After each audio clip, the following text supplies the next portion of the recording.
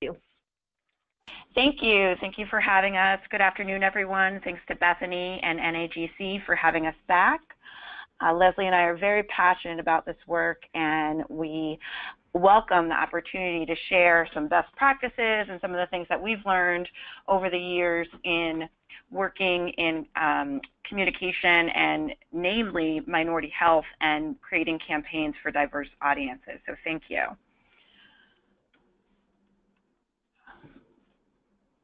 Hold on, we're just getting our screen set up. So today we're going to walk you through a few different aspects of how to build a communications plan that is designed for diverse audiences. We're going to start with some examples of what are seen as culturally insensitive, and it's not to call out these organizations and to embarrass them, but it's really to drive home the point that the decisions that we make as communicators when we're putting together campaigns really has an impact, not only on the audience that we're speaking to, but can also have an audience on the organizations that we represent in terms of reputation. We'll share a little bit about who OMH, the Office of Minority Health, is and how it is that we create and speak to diverse audiences every day. Then Leslie is going to take you through the National Class Standards overview. The National Class Standards are a set of standards for healthcare that help health institutions implement culturally and linguistically appropriate services. While these standards are specific to the healthcare sector, we know that there are folks on the line from various sectors across federal, state, and local government. And so we just want to make you aware of these standards that exist for healthcare so that you can either apply some of those standards to your sector or look for similar standards that may have been created for your sector. Leslie will also take us through the elements of culture and what makes up culture, so that when we use the word culturally relevant and we're talking about culture, we really know what we're talking about. And then from there, she'll also walk you through why it's important. And then finally, we'll go through what we're calling the building blocks for culturally appropriate campaigns. And we'll walk you through some key takeaways when you are creating these campaigns, things that you should keep in mind. And we are also going to share some examples of work campaigns that we've worked on over the years. So first, in terms of examples of culturally insensitive communications, and again, this is not to call out one particular company or organization, but earlier this year, Pepsi pulled an ad starring Kendall Jenner that was accused of trivializing the Black Lives Matter movement. And, you know, this was seen as culturally insensitive not only by those who are supportive of the Black Lives Matter movement, but also others where you're taking on with a very serious issue and almost making fun of it. And so people found that to be very insensitive, and there was a lot of fallout from that to Pepsi. So we're going to go ahead and roll the video. Just want to share the ad with you first, and then we're going to speak to it a bit more. And again, one of the things to keep in mind as you're watching the video, just take a look at some of the Great, thanks. And so one of the things that you notice right away in that commercial is the diversity, right? I'm sure the folks at Pepsi thought they were doing a great job at making sure that the ad was culturally diverse. They were showing different races, religions, cultures, ethnicities. But what they forgot is the key point of that, which is if the message that you are delivering isn't going to resonate with the folks who are being depicted in the ad or the piece of communication, then you've really made a misstep. One of the things that is interesting to note, this ad was created by the in-house marketing team at Pepsi. So they didn't use an outside advertising agency to create this ad. And that's, we'll get to a little bit later in the presentation, but that's really seen as one of the mistakes that they made, is that they created this ad in a vacuum. Folks who were just in a conference room thought this was a great idea, yeah, let's run with it, and they never took the time to bounce it off other experts in the field, whether it be those who are experts in minority communications or multicultural communications. And so that was one of the big missteps. And again, the backlash being great, and Pepsi's not the first to be, first organization or even individual that's been accused of trying to capitalize on the current affairs in order to sell a product, in this case, soda. Another example we have comes from the Red Cross, and this was a poster that hung at community pools across the country, and the poster was intended to show kids that there are certain behaviors at the pool that are cool and those that are not cool. Running, diving head first. But what this poster depicted is that all of the not cool behaviors were being demonstrated by children of color. And so when this was noticed, Red Cross was immediately apologetic. They pulled the posters down from the pools.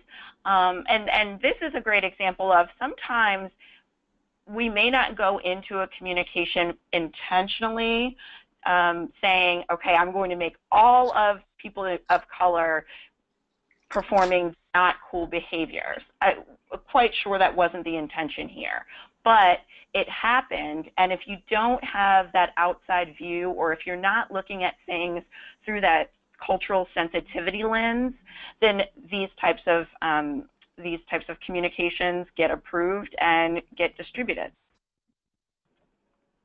And so at the Office of Minority Health, we focus primarily on health and healthcare, health equity. We focus on health disparities. But again, we do all of this through a health equity lens. And so we're quite often called on across the department to be the eyes and ears of both cultural sensitivity as well as issues of health equity and health disparities. And it's a really important job because, as we all know, the U.S. population is changing rapidly and it's growing more and more diverse. And with that diversity comes a need to make sure that we as communicators are creating communications that are culturally and linguistically appropriate and sensitive to the audiences that we're speaking to. And there's a real business case for making sure that the work that we do is equitable when it comes to race and ethnicity. And I really want you to put a pin in this slide because it's going to become important later on when we talk about having these conversations with your leadership on how you can start to integrate more culturally and linguistically sensitive materials and communications into your work. But it really boils down to, in a lot of cases, the business case.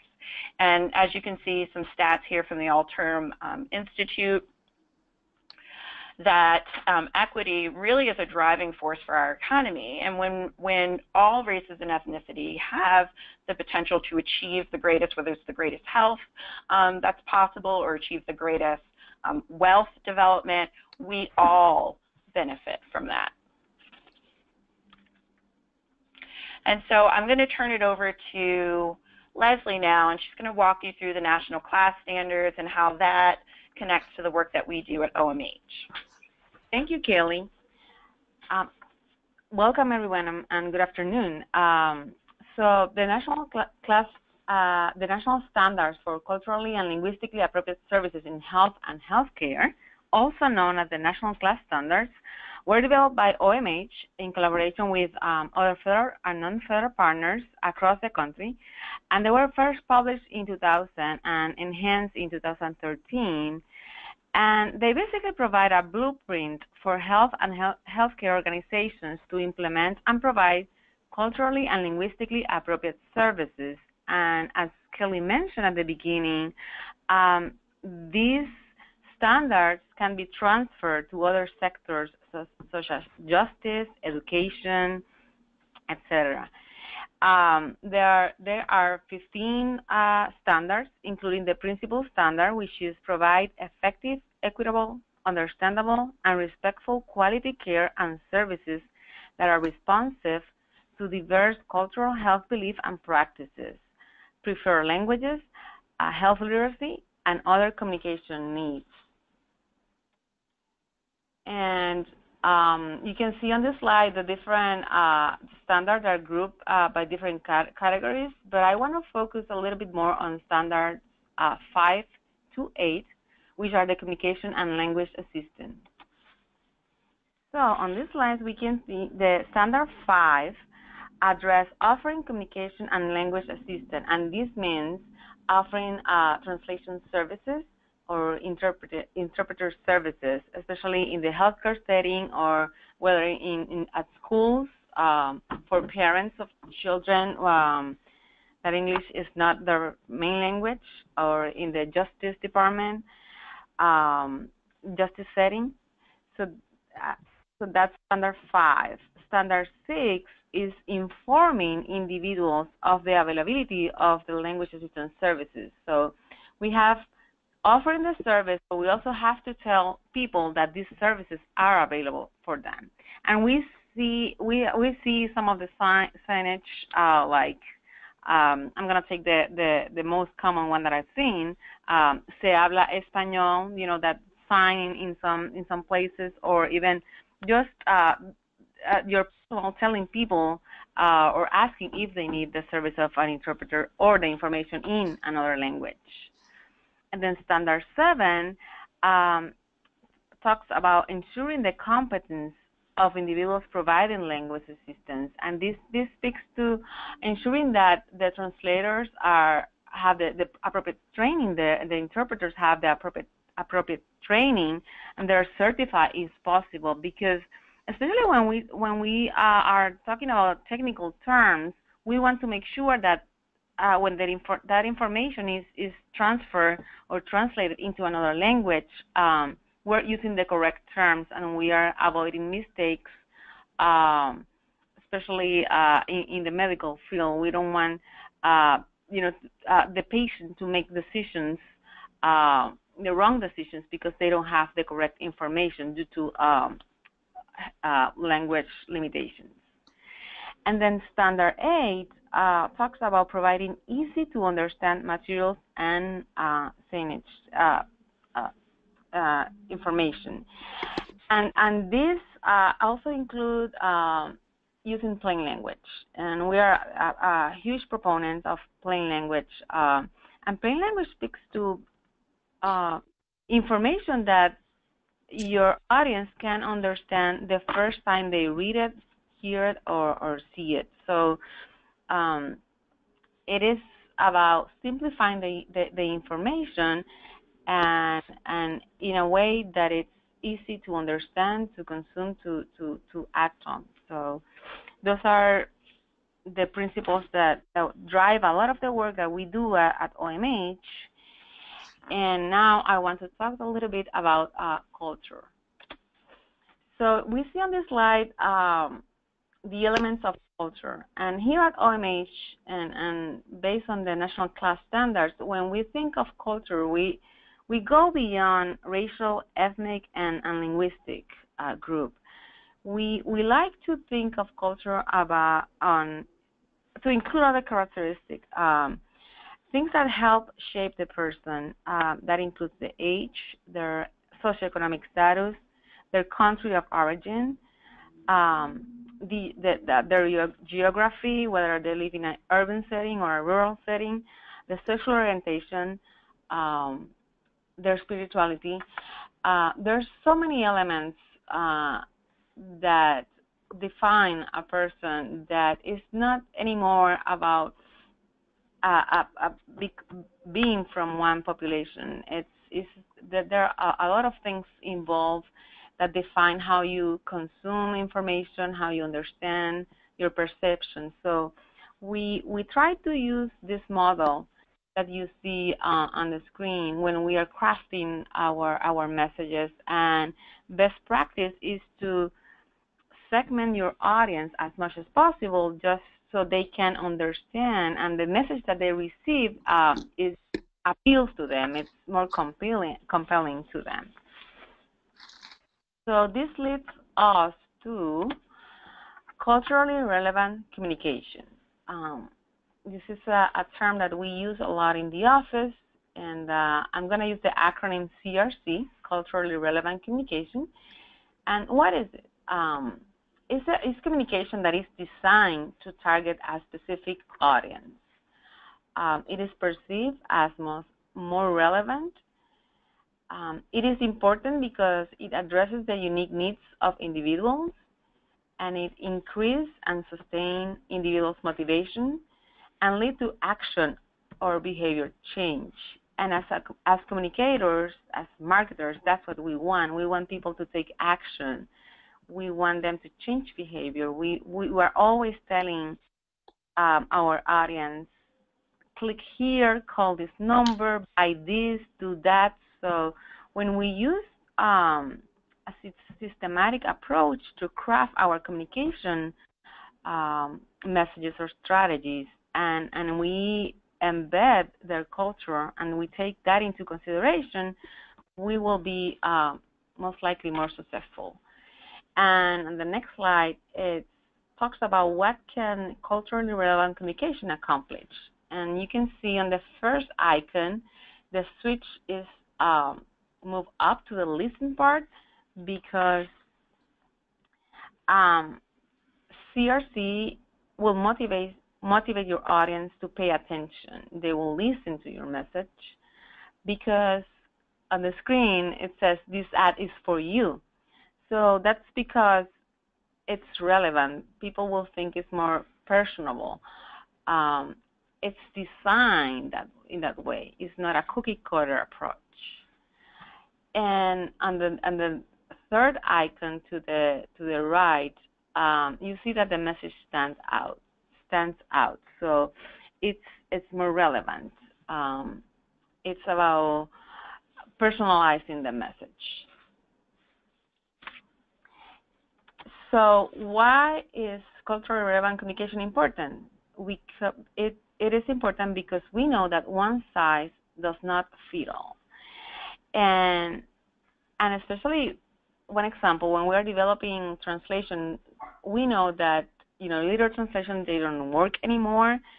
We know that we should change the images, the colors, the pictures of our websites or publications or the materials that we are developing, just to make it more sensitive and relevant to our audience. So with that, I'm going to now turn to Kelly, and she's going to provide us with examples of culturally appropriate campaigns, some building blocks.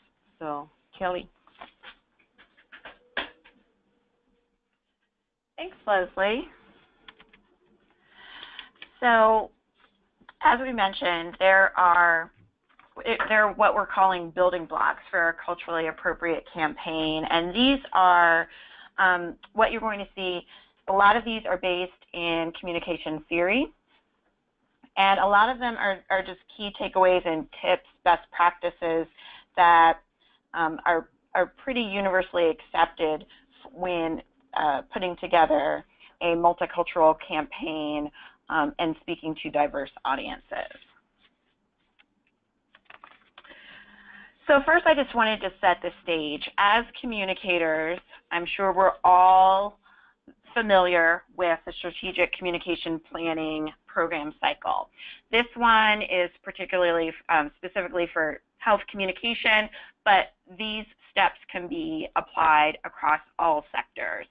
And whether you are familiar with the ROST, R-O-S-T-E model, which stands for research, objectives, strategies, tactics, and evaluation, or the RACE model, RACE, which stands for research, application,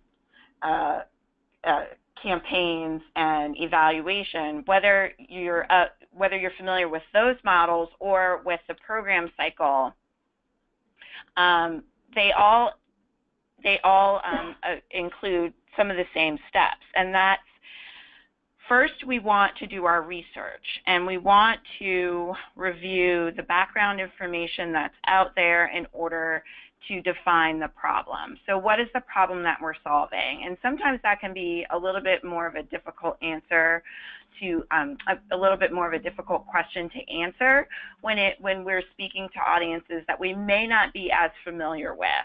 And so again, you'll see in some coming slides some best practices on how to address that.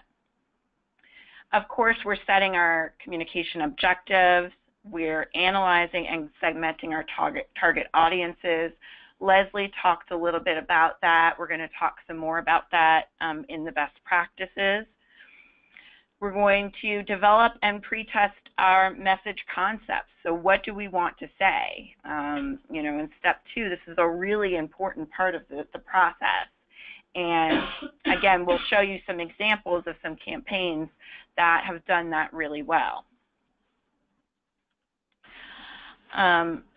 We want to select our communications channels. And so, as Leslie mentioned, the one-size-fits-all that not only applies to our audiences, but it also applies to our channels.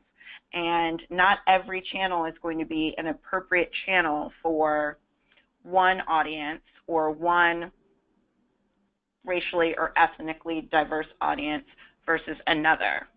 And so, again, you're going to have to find the right channels. And you're going to test and pre-test and pre-test and pre-test those messages and those materials over and over again with your audience, and making sure that how you say it, making sure you get that correct. And then you go into implementing the program, and that's where you're putting together your promotion plan. How will we get folks to do what it is that we're asking them to do? And then finally, we're making those refinements along the way, and we're doing evaluation at the very end. And we're looking to measure our outcomes and the impact that we made on our audience. And as I said, while this process is pretty standard, it can be a little bit different, or it can feel a little uncomfortable when you're developing it for an audience that you may not be as familiar with. And so starting with the very first step, our first key takeaway is defining your audience. And we'll say it again, sometimes you have to really drill down, and there's some nuances even among racial and ethnic groups and populations. When you look at Asian Americans, for example, there are different things that you'll have to consider whether or not you're speaking to a Chinese audience versus a Vietnamese audience. But here is one really great example, the NHLBI Heart Truth campaign, that took an issue, which is heart disease, which is the #1 killer of all women, regardless of race or ethnicity. And it is able to have a very successful campaign for many, many years now that is segmented and has specific messages, materials, events, outreach for those women, speaking their language and talking directly to them. So not only is there a general audience component to this campaign, but there's one for Latinas and African American women where there's a large disparity in terms of heart disease. And so this is an example of a campaign that has used research and has done their research, and they're pre-testing very, very well, and has had a very long and successful campaign doing so. You'll also want to find expertise to help craft your approach. And this is very, very important. Leslie's going to walk us through a campaign that she worked on that talks about this. So what you're seeing on your screen is the to the left is the web page for the Behavioral Risk Factor Surveillance System Health Survey, and to the right are some of the communication materials that we develop at OMH to promote the survey.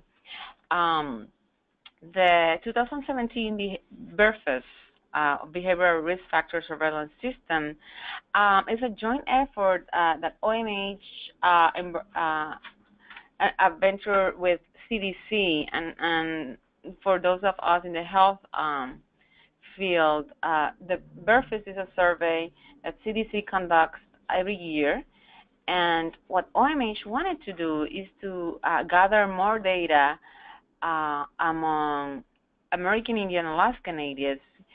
So, with a collaborative effort, supporting the CDC to include or do extra surveys. It's a fun interview, so extra interviews in the 10 states with a higher, 11 states that have a higher proportion of American Indian and Alaska Natives. And so we wanted to do this great initiative to collect more data, health data, on this population, which is, by the way, one of the populations that we serve at OMH.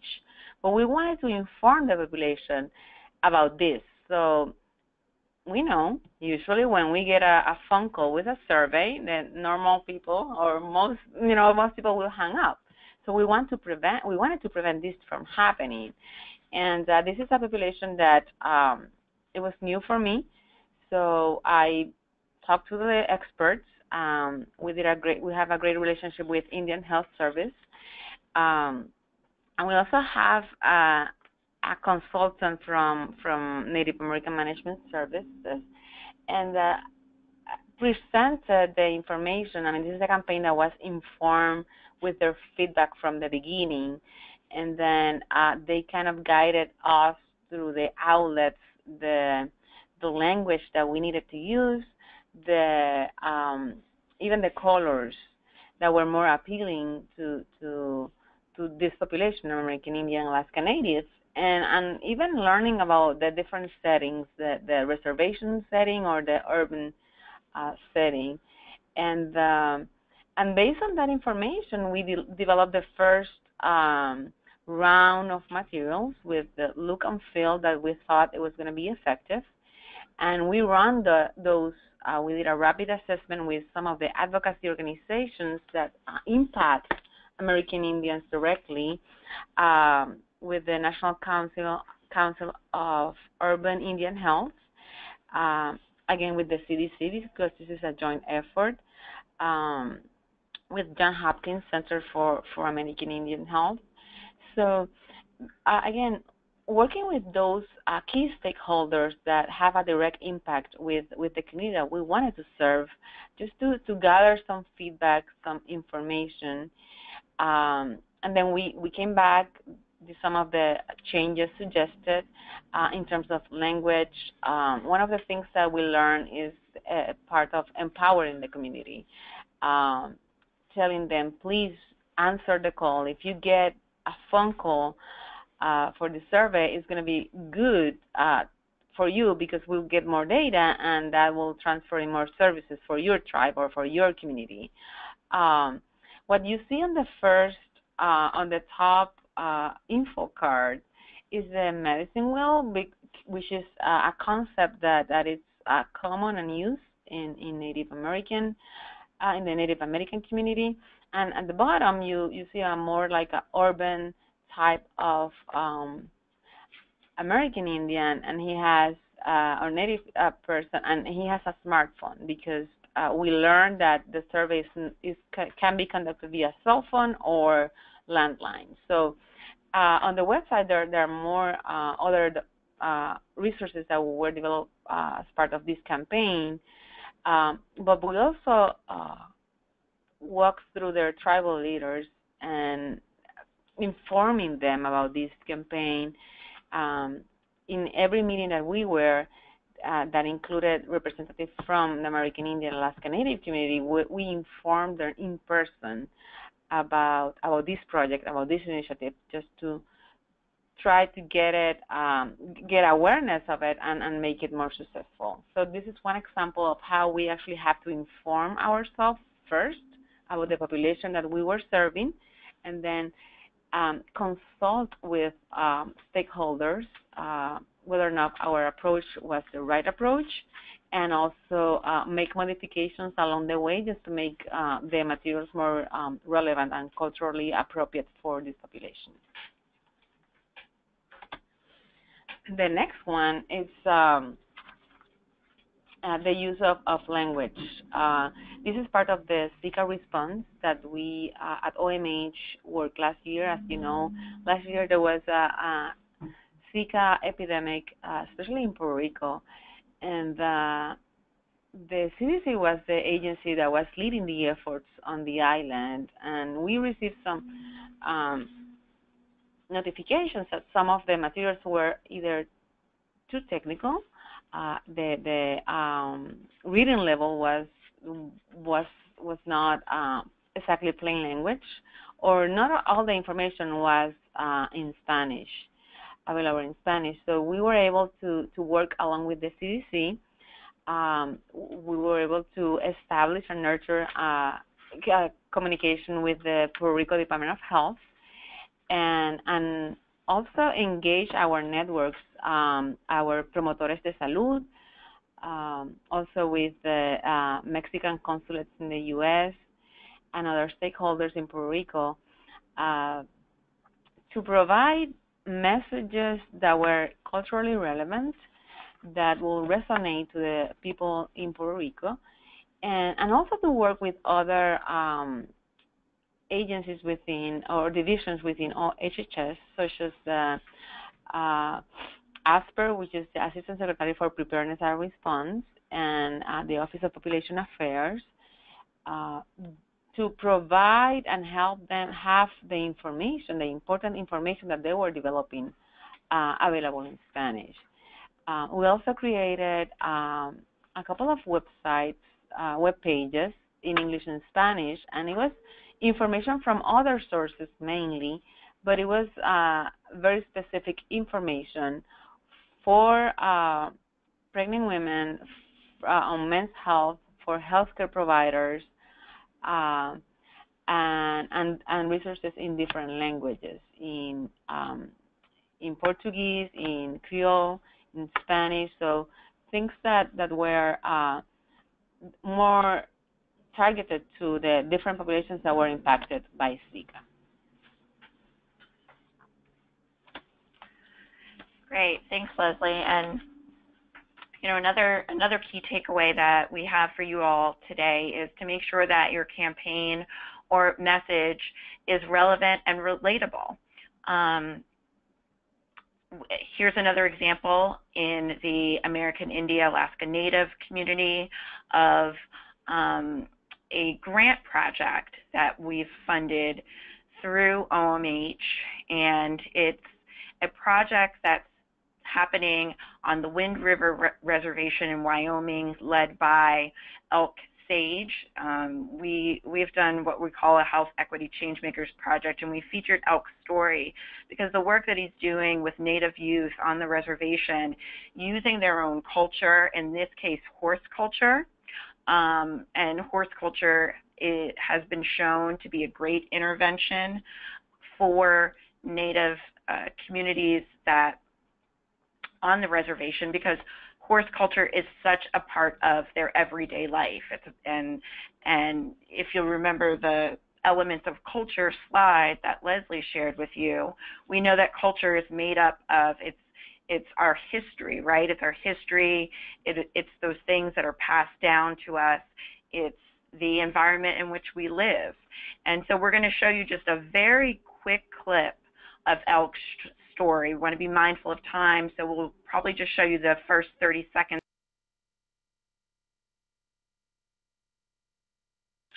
Thanks. So as you could see from that quick clip, When we pulled together this video and this story project to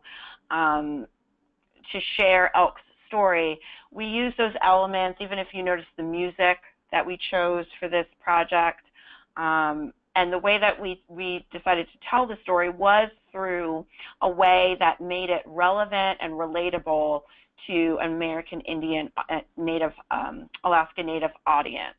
And so that's another key takeaway is, you know, to make sure that you've honed in using the voice of the audience, using cultural references like horse culture, even using slang. And if you're uncomfortable with, does this sound like maybe I'm pandering to the audience by using their slang? Again, that's when it comes back to testing your messages and bringing in those experts who can let you know if you're on the right track or you might have gone a little bit off track.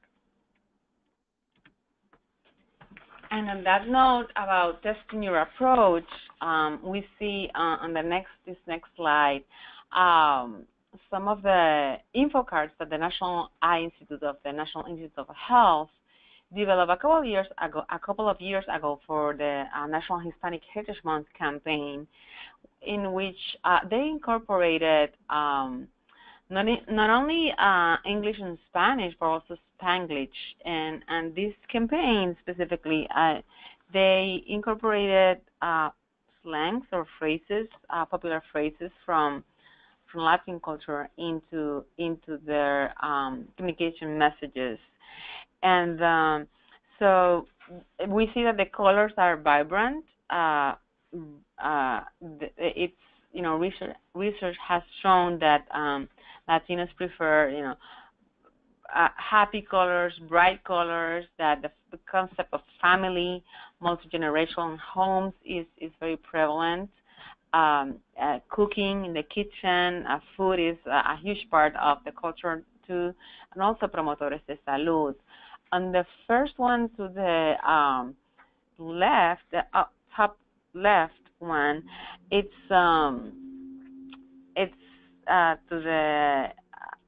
based on the game I Spy. No, that's the last one. The first one, it's on the Red Riding Hood, and then the granddaughter is asking the grandma, ¿qué ojos tan lindos tienen? Is telling her. So this is the Eye Institute. So it's telling that multi-generational approach, and then the granddaughter taking care of the grandmother. The next one to the right, the top right one, is based on a famous song from Celia Cruz, that it talks about open your eyes, look up, enjoy life, and the message is tied to don't lose sight of the good things in life. So again, it's using those popular phrases and including a health message in them. The one that bottom left is a shout out to the promotores de salud, and the National Eye Institute has done a phenomenal job including promotores de salud as community health advocates and health educators, delivering that message, important message of eye health care. And then the last one, the bottom left or right one, it's based on the game I Spy, I Spy, and basically it's saying, what do you see? I see a beautiful family. And it's appealing to the concept of familia. Don't miss the special moments with your familia. This one is actually in Spanglish, and it actually reflects how, the Latinos in the U.S. is not only English or Spanish, but it's a combination of both languages. So again, these were developed and tested with the target audience, and they became very popular because of their approach. And connected to testing your approach with the end users is also involving your stakeholders early. I was a little torn where to exactly place this slide because the stakeholders, and Leslie and I have said it time and time again, they're such an important part. They're an important part at the very beginning when you're doing your message development, and they're throughout the entire process, and they're important toward the end as you're about to, as you're finishing up your testing and you're about to go into dissemination. The reason why it's important to involve your stakeholders early is because if they have an early role to play in the development of the messages, of the testing of the messages, then they're more willing to help you disseminate those products and those materials that you've created. And what you see here is an example of a national partnership network that was created for the agency Healthcare Research and Quality as part of their effective healthcare program. And they partnered with a number of national and regional organizations. Those are both patient advocacy organizations as well as professional healthcare provider organizations. And you take a group like nurses, for example, who are very sensitive to the issue of language being what they call provider neutral, so that when folks like the federal government or local regional government are creating patient education materials using words like your healthcare provider versus saying go see your doctor.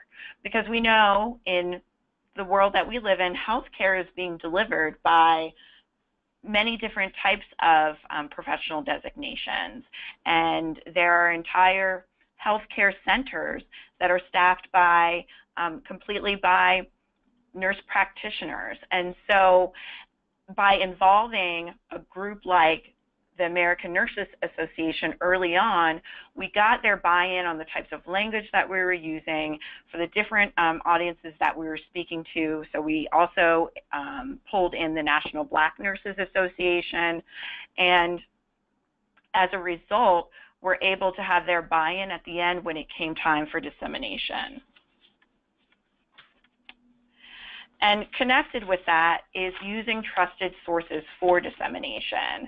This is an example of a faith-based outreach initiative from the National Kidney Disease Education Program, Kidney Sundays, and how they were able to reach the audience that they were looking to reach, in this case, African Americans, to talk to them about diabetes, high blood pressure, and its connection with kidney disease.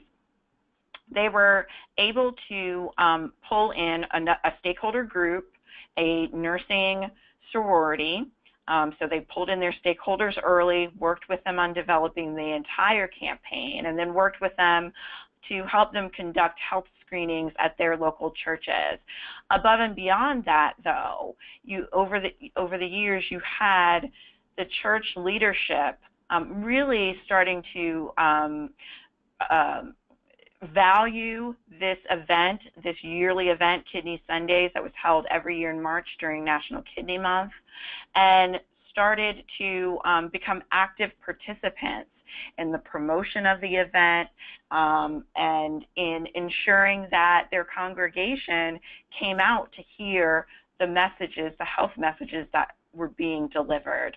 And so we need to make sure, especially for racial and ethnic minority populations, that we're using sources to disseminate that are trusted. Another great example, recent example, is the Flint water crisis. And there is still an ongoing struggle with making sure that the residents of Flint have a trusted source from which information, because right after, and even still now, but right after the water crisis began, there was a distrust of the information that was coming from the government, particularly their local government. And so pulling in faith-based organizations and other local trusted sources of information is very important. And so just to wrap up before we open it up for questions, Here are sort of the three bottom lines that we want to leave you with. If you're asking yourself the question, all of this sounds really great, a lot of great work, great information, but how can I implement these best practices at my organization? And really the foundation starts with leadership buy-in, making sure that your leadership is willing to invest the time and the resources in creating, if it takes another, if you want to add another arm to a campaign that addresses a very specific racial or ethnic population, then making sure that your leadership knows why that's important and how that can benefit your organization. And again, that comes back to the slide earlier about the economic impact. That usually always gets them. Secondly, finding people with expertise and hiring people with expertise. And if you don't have them at your organization, seeking them out, like we said, as trusted advisors, as parts of a work group who you can bounce ideas off of and get feedback on the materials you're developing. And then thirdly, it's time. Making sure that you're giving yourself enough time to create a campaign that can work in all of the steps of the communications program cycle, and also making sure that you take that extra time to test your messages with your audience. Here's our contact information. If you work in the healthcare sector and want to bounce some ideas, we're always here. You can reach out to us. Here's our number. Leslie and I are more than happy to speak with you if you just want to bounce something off. And then you can follow us too on social media. So now I think we're going to open it up for a couple of questions. We have some time. Yep, we sure do. This is Bethany. Thanks so much. I can see why your presentation was so popular in June, because it was excellent. What a terrific cache of information. And it also made me remember that our first encore presentation last summer, which was July of 2016, also focused on linguistically and culturally relevant communication. So if folks are interested in a little bit more content on this topic, you might want to check out that encore presentation in the archives, in our webinar archives. I do have a couple of quick questions. One is from Gwen Schuler. She's asking, how did you determine the languages you needed to target in your various campaigns? I'm sure the ones you showed as well as ones you've done otherwise. I'll jump in. This is Kelly. So this comes up quite a bit with Asian American populations. We do a lot around hepatitis for the Asian American community because there's a huge disparity there, and it really comes down to research. And so if we've decided to put something in Vietnamese versus Cantonese or Mandarin, it's really a lot of research. We're seeing where the biggest disparity is. We're using CDC data. If that information is available, and that's a whole nother can of worms, data disaggregation, but being able to drill down to that type of specificity in data can sometimes be a challenge. But if we do have access to that information, it is there. We definitely do our research, and if we see where the greatest disparity is, or we see where, if there's been a takeoff in a certain area of hepatitis outbreak, we will focus our efforts there and the language that is spoken in that community. So whether it's Vietnamese or Chinese community. Do you guys use a translator program for any of your outreach?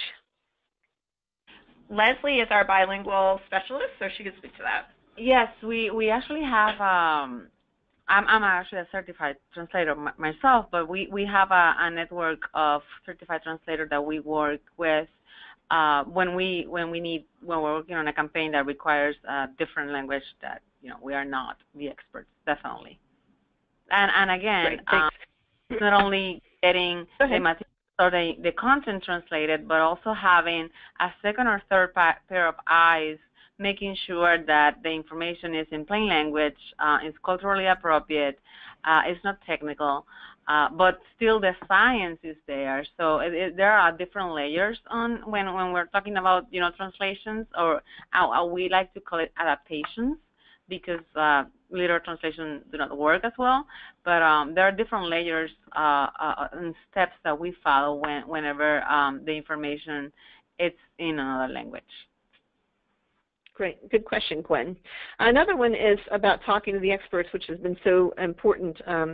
How do you, if you've got somebody you're approaching new that you haven't worked with before, can you comment on how you might approach somebody and build that communications bridge, what the reactions might be, what kind of questions you ask, how you kind of do this on a task-by-task level?